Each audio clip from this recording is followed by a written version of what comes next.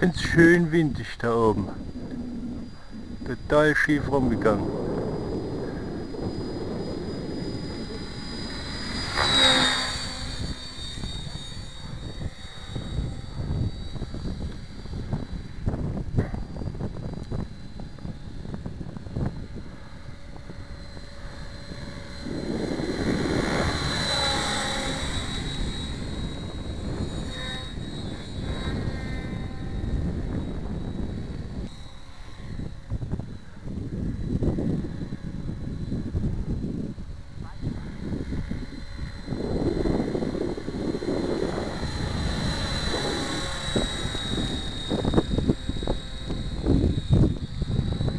Jo, so klappt.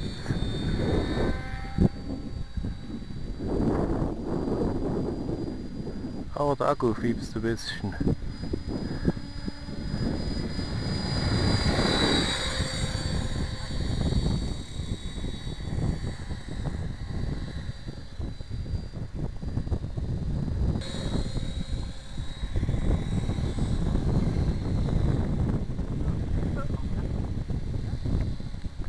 Ah, ganz schön windig, hat ganz schön zu kämpfen gegen den Wind.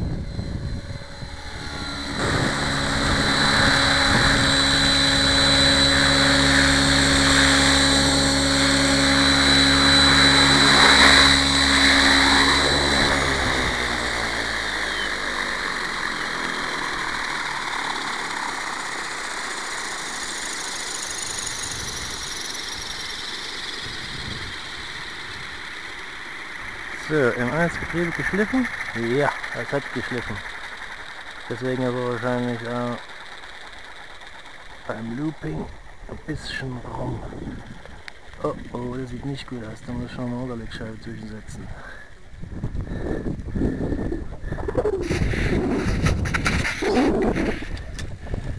Oh, da ist es schwarz unterm Sau.